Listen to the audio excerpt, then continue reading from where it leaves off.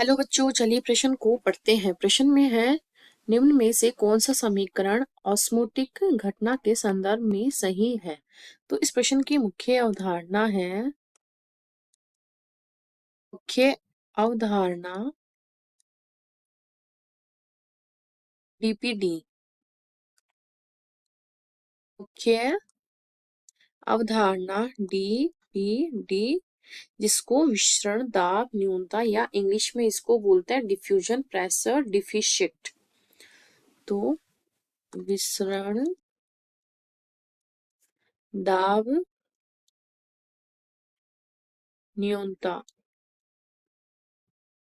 तो विसरण दाब न्यूनता क्या होता है? ये जो विसरण दाब, जो द्रव्यों का विसरण दाब होता है का विसरण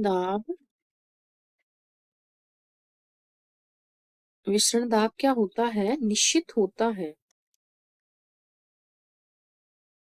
निश्चित होता है। और जो शुद्ध विलायक होता है उसका जो विसरण दाब होता है उसके विलयन से अधिक होता है। तो शुद्ध विलायक, विलायक को क्या बोलते हैं? विलायक, शुद्ध विलायक, जो विलायक होता है उसका सर्वोत्तम जल होता है। शुद्ध विलायक,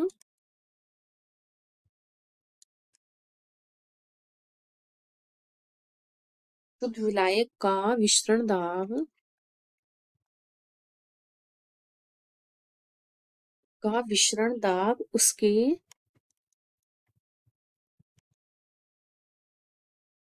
उसके विलयन से अधिक होता है,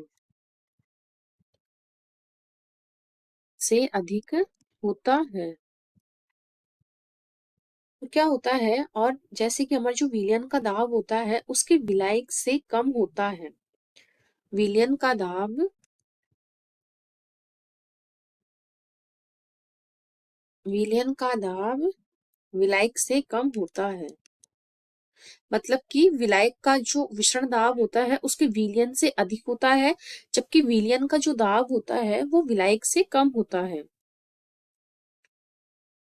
विलायक से कम होता है, इसे ही क्या बोलते हैं? विसरण दाब न्यूनता बोलते हैं। तो इसमें क्या होता है, जब दाब और ताप जो होता है, विलयन का विसरण दाब जो शुद्ध विलायक के विसरण दाब से जितना कम होता है उसे ही क्या बोलते हैं? विलयन का दाब विलायक से कम होता है, इसे ही डीपीडी बोलते हैं। और जो डीपीडी होता है वो कोशिका में जल की मांग को कहते हैं। डीपीडी किसको बोलते हैं? कोशिका में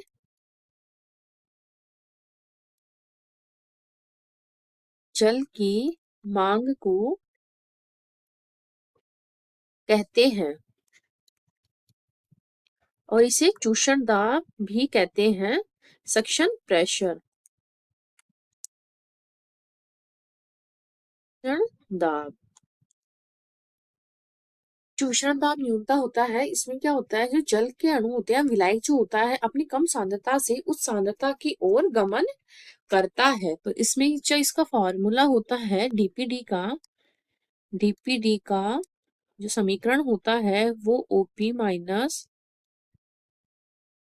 टीपी होता है।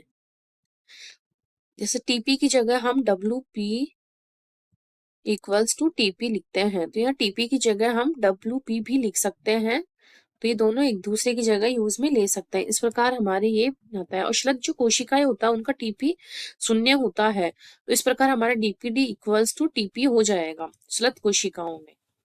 तो इसमें है आगे, जो डब्ल्यूपी का मान बढ़ता है इसलिए ही जैसे जैसे टीपी का मान बढ़ता है उसके विपरीत सम्मान जो डब्ल्यूपी होता है उसका मान भी बढ़ता है। डब्ल्यूपी इक्वल्स टू क्या होता है? टीपी। टीपी का मान बढ़ता है जैसे ओपी का मान भी बढ़ता है, इसलिए कोशिका में क्या होता है? जल प्रवेश करता है।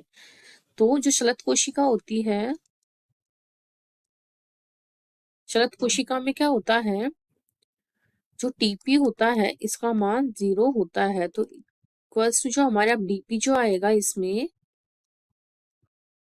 डीपीडी जो इसका आ जाएगा वो इक्वल्स टू ओपी ही रह जाएगा, क्योंकि यहाँ टीपी का मान 0 होता है। तो हमारे यहाँ ऑस्मोटिक परिघटना के संदर्भ में सही पूछा था, तो DPT equals to OP minus में टीपी इसका सही हो जाएगा और बाकी के विकल्प हमारे कट जाएंगे।